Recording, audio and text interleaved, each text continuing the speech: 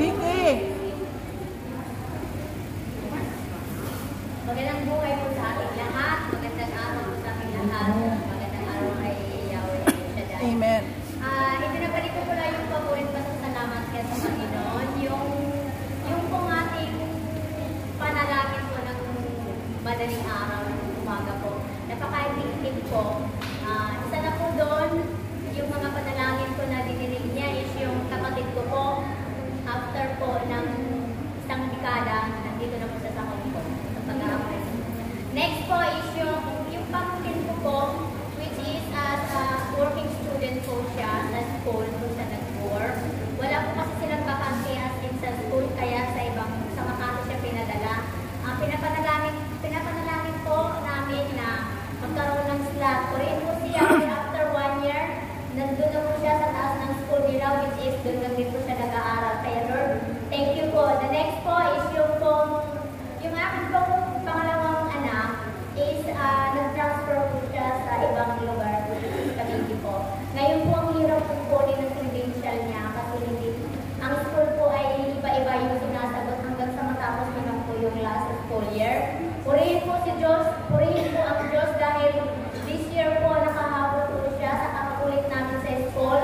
Nagwawala na po yung aking panganay doon sa previous school niya. At sa awa ng Diyos, dininig yung aming panalangin dahil sa tuwing umaga, yun ang lagi natin sinasambit. Kaya Lord, purihin po ang pangalan mo dahil nagwawala po na lang po siya at sa una pa lang po yung first grading may award na siya agad. Kaya Lord, kunin nga po na napakabuhay po sa aming buhay. To God be the Lord. God is good. All the time. And all the time. God is good! Marami pa lang paano. Hello. The Lord was coming out sa daan. Sa ating lahat, kami na parang matalikid ito. Nagkayara sa dahil sa oras na kami nasalunod sa ating dahil.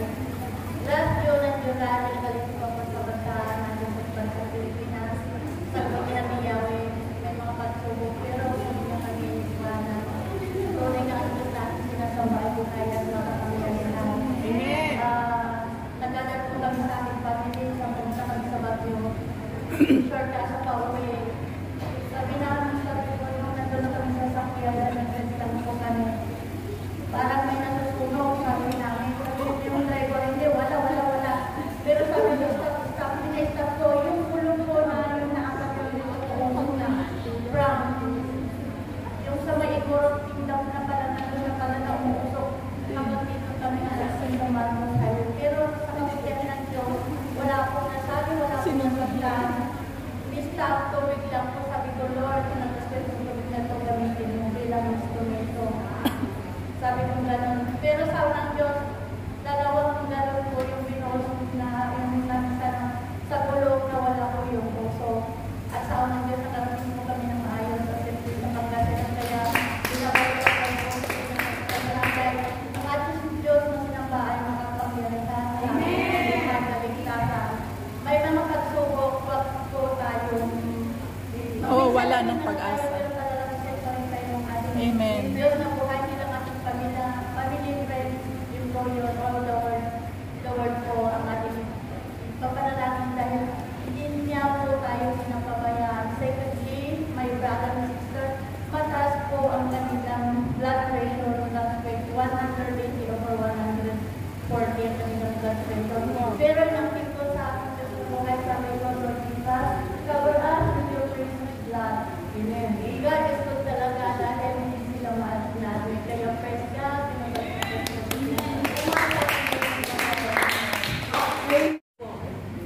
And then, so I went to the Chongqing Hospital, yung appointment time.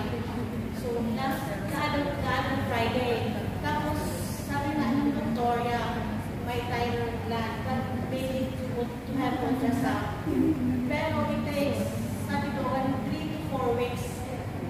Ano yun, yung marinisip ko yung letter, kung kailan ako magkakaroon ng schedule. So, and then it was stated na upon availability. So, sabi ni Camille, we will not wait for that day kasi we don't know how serious is your length is.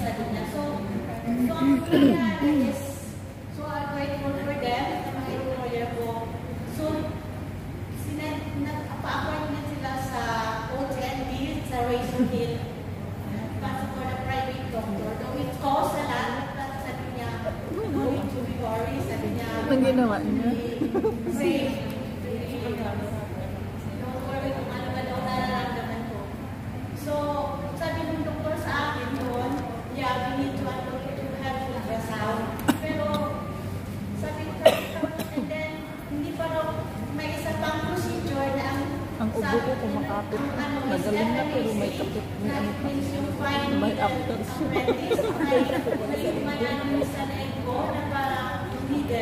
So, ganyan matanggal pag ubo. Siya rin, after shocking. After shocking. So, sabi ko doon, pinanda ko ng referral sa central na nagkakandak ng mga ultrasound. So, since dumating ako dito sa Hong Kong way back 1997, so wala akong salamat sa Diyos, salamat kaya sa dahil so I've never been sick or ill by the grace of God. So, it's worrying me na this time, meron na ako nalipot na ramdaman at nakapa. So, kahit si Camille sa Castello, nag-worry din sila. Sabi niya, don't worry, Arlene, we will be every step in the way. Sabi ko, I know that it costs a lot. Pupunta ka sa ng private. Sabi ko, antayin na lang natin yung sa Chongwa. Sabi niya, no. So, they sent me to the private clinic and then nagkandak no Wednesday lang ultrasound ka and then yung needle na Walang tapos sabi nila diretso sa and also salamat sa Diyos at nandun siya nung pinandak yun. So, kasi nga talagang worrying yung pag-ultrasound pa lang kasi minsan nakikita ko sa monitor para siyang may mga pula-pula doon sa pagkinaano na yung dito sa leg. Sabi ko, ano na kayo? Pero sabi ko, nandun ako sa table, sabi ko, Lord, sabi ko, Praise the Lord. Salamat Panginoon. Mataas na pupuri sa ating Yahweh Hashem. Amen. At binigyan niya ako ng panibagong taon ng aking buhay. Today is my birthday. Thank you Lord. Salamat po sa mga biyaya na patuloy na pinagdalaw sa akin. Kalusugan, financial, at words of wisdom. Salamat Panginoon. Salamat sa aming pamilya na patuloy niyo pong iniingatan sa bansang Pilipinas. Lord, sa iyo po pinabalik lahat ng papuri. Pasasalamat. To God be the glory. Amen. Praise the Lord. Sigurado itong nakatanggap ng sisig, liglig, at nag-uupapag ng biyaya. O sino na? Sister Sharon! Praise the Lord! Pagkakas sa ating Diyos ng mga. God is good all the time. Gusto ko lang iba sa yung mga nakataan na problema na nasolusyonan.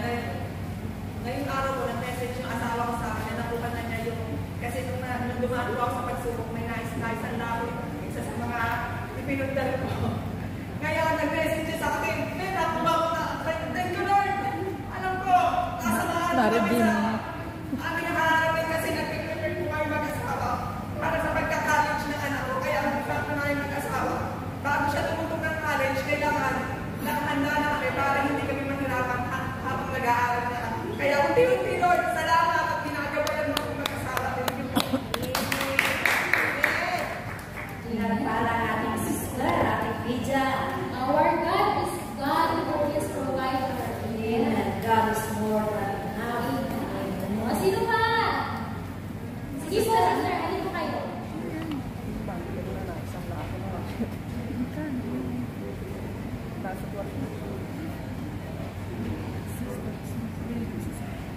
Magandang hapon, sister. Ano po pangalan natin?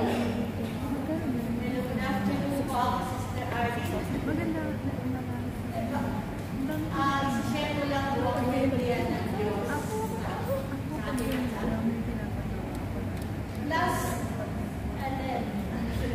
last time, noong July, may nakakasama bukol sa akin. And then, I went to see the doctor kasi wala na akong mga anak na sa bakasyon.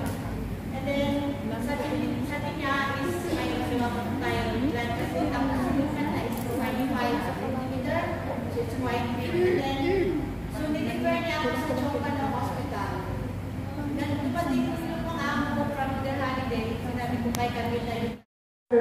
Marcel. Amen. Hallelujah, praise the Lord. Magbabalik ako ng patuloy at pasasalamat sa Diyos sa panibagong taon na dinagdag na po sa akin. Kahit na nadadagdag ng taon, kahit hindi lumalaki, pero ang pagpala ng Diyos, dumarami. Amen! Amen! Magpapasalamat ako sa Diyos sapagkat kahit maulay ko ng Monday, talaga yung amo ko ay nag-insist na mag-celebrate po kami sa labas. Una ay yung buffet, eat all you can. And then after that po ay nagpunta kami ng Ocean Park.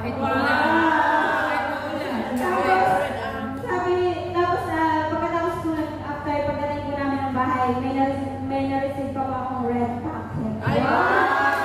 Salamat sa Diyos sa pagkakamayan ko ngayon. Kahit malayo sa aking mga sa buhay, hindi ko po naranasan hindi ko naramdaman yung lungkot na malayo sa pamilya.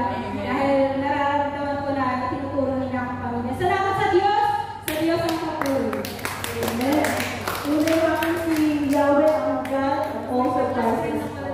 Sino pa po ang magdadagdag po? Sino pa po ang tatayo?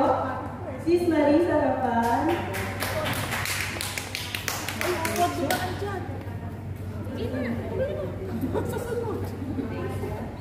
Thanks God po. Maraming salamat po, Ama.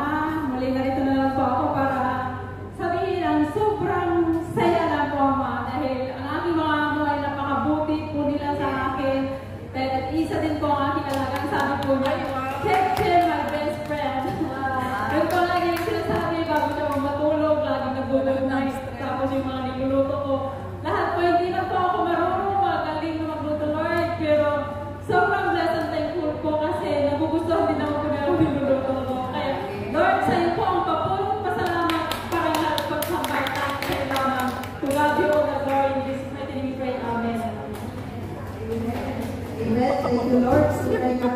Talagang pag si Lord ang nagbigay, ay talaga kumakapaw ang mga pagpapala. So, wala na po tayong oras at magpapatuloy na po tayo sa